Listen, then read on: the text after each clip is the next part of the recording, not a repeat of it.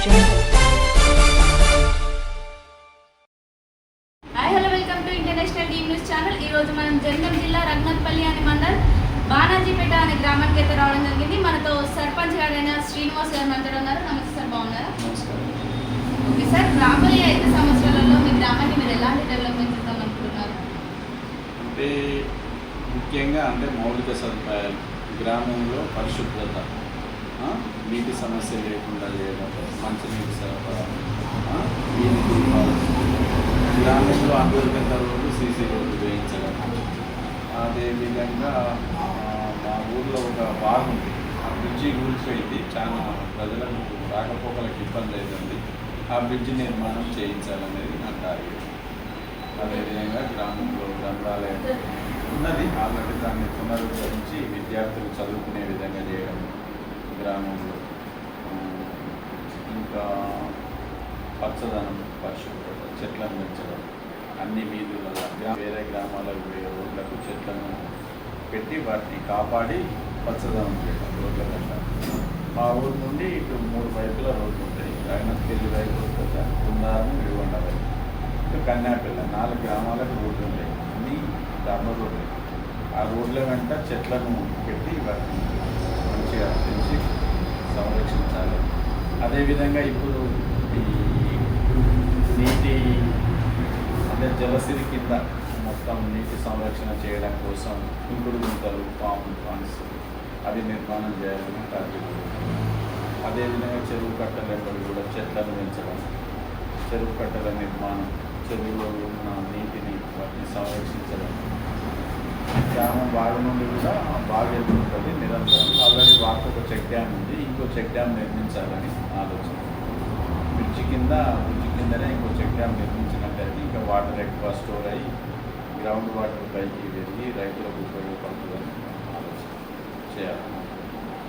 Okay sir, మీకు vote వేసి గెలిపించిన మీ గ్రామ ప్రజలందరికీ మీరు ఏం చెప్పాలనుకుంటున్నారు? నేను గ్రామ ప్రజలందరికీ చెప్పినా, ఇప్పుడు కూడా చెప్తున్నా, నేను ఏదో వాళ్ళు ఓట్లు వేసి గెలిచినందుకు వారి మీద ఒక పెత్తనంలాగా చెలాయించకుండా 5 సంవత్సరాలు వాళ్ళకు ఒక సేవకునిలాగా పనిచేస్తా అని వాళ్ళకు హామీ ఇచ్చిన. ఇప్పుడు మీ ముందు కూడా ఒక సేవకుని లెక్కనే వాళ్ళకు నిరంతరం పనిచేసి పెట్టారు గ్రామ ప్రజలు. ఓకే సార్, మీ పాలకవర్గం మీరు ఎలాంటి నిర్ణయాలు తీసుకుంటారు? అంటే గ్రామంలో ఏది అవసరం, ఫస్ట్ ఒక ప్రణాళిక ప్రకారం గ్రామంలో ఫస్ట్ ఏది అవసరం, ఒక వీధి ఉందా, వీధిలో ఒక మోరి అవసరం కాబట్టి ఎక్కడైతే మోరి అవసరం ఉందో అర్జెంటుగా ఏ వీధికి అవసరం, అక్కడ అవసరమా లేదా అనుకొని అటువంటి పనులు చేసి ఆ విధంగా మేము ముందుకు వెళ్దామని.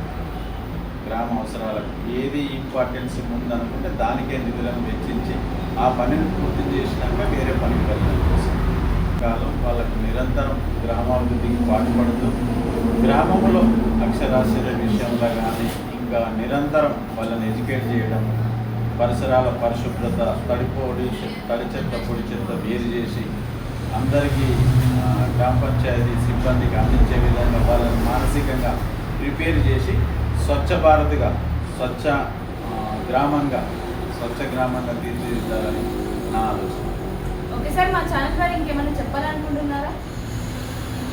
అంటే ముఖ్యంగా అధికార వికేంద్రీకరణ జరగలేదని నేను అనుకుంటున్నాను. రాజ్యాంగం ప్రకారం స్థానిక సంస్థలకు 73, 74 రాజ్యాంగ ప్రకారం అధికారం బదలాయింపు జరగలే. ఇంకా అంటే పూర్తిగా పదవి నామమాత్రంగానే అనిపిస్తుంది. ఏ పని కావాలన్నా ఒక సర్పంచ్ అధికారుల చుట్టూ, ప్రభుత్వ కార్యాలయాల చుట్టూ తిరగడమే సరిపోతుంది. అలా కాకుండా స్వతంత్రంగా ఒక సర్పంచ్ ఆ గ్రామానికి ఏది అవసరమో ఏది అవసరం లేదో స్వతంత్రంగా నిర్ణయం తీసుకునే అధికారం వచ్చినప్పుడే గ్రామ స్వరాజ్యం ఏర్పడుతుందని నేను అనుకుంటున్నాను.